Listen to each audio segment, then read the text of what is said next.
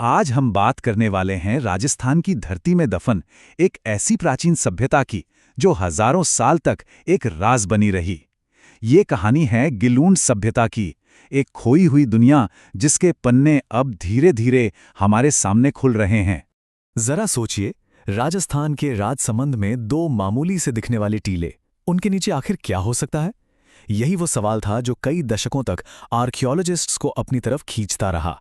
तो चलिए आज इसी रहस्य से पर्दा उठाते हैं। इस पूरी कहानी को अगर समझना है तो हमें चलना होगा एक नदी के पास, क्योंकि इस सभ्यता की चाबी बनास नदी के पास ही छुपी थी। तो ये जो जगह है गिलुंड, ये राजसमंद जिले में बनास नदी के ठीक किनारे पर है।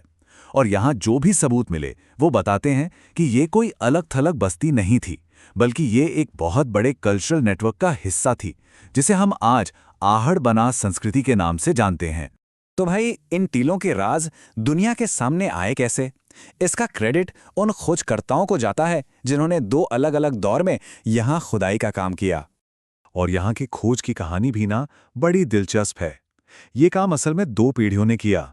सबसे पहले 1957-58 में जाने माने आर्कियोलॉजिस्ट बीबी लाल ने यहाँ पहली खुदाई करवाई। और फिर देखिए, लगभग 40 साल बाद 1998 से 2003 के बीच पुणे के डॉक्टर वीएस शिंदे और अमेरिका की पेंसिल्वेनिया यूनिवर्सिटी के प्रोफेसर ग्रेगरी पोशल की टीम ने इस काम को एक बिल्कुल नए लेवल पर पहुंचाया। तो सवाल ये है कि इन खुदाइयों से आखिर निकला क्या? चलिए अब जरा देखते हैं कि हजारों साल तक जमीन ने अपने अंदर क्या क्या छुपा रखा था, जो हमें उस दौर की जिंदगी की एक सीधी झलक देता है। सबसे पहले तो मिले मिट्टी के बर्तन, और एक दो नहीं, पूरे 5 अलग अलग तरह के। कुछ एकदम सादे थे, कुछ काले रंग के, कुछ पर तो ऐसी शानदार पॉलिश थी।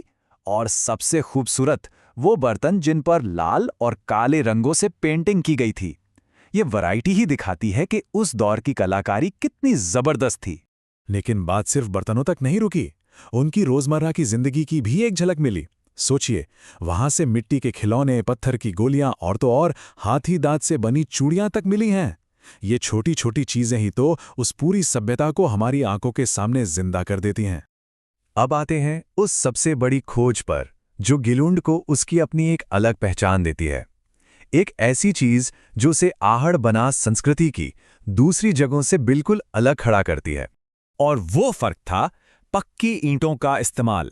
जी हां, जहां आहड़ संस्कृति की बाकी जगहों पर कच्ची ईंटों से काम चलाया जा रहा था, वहीं गिलुंड के लोग आग में पकाई हुई मजबूत ईंटों से घर और इमारतें बना रहे थे। कंस्ट्रक्शन टेक्नोलॉजी का ये फर्क बहुत बड़ा था, और यही गिलुंड की सबसे बड़ी खासियत थी। तो अब जब ये सब पता चल गया कि क्या क्या मिला और क्या खास था, तो सबसे बड़ा सवाल ये सब किस जमाने की बात है? ये सभ्यता आखिर कितनी पुरानी है?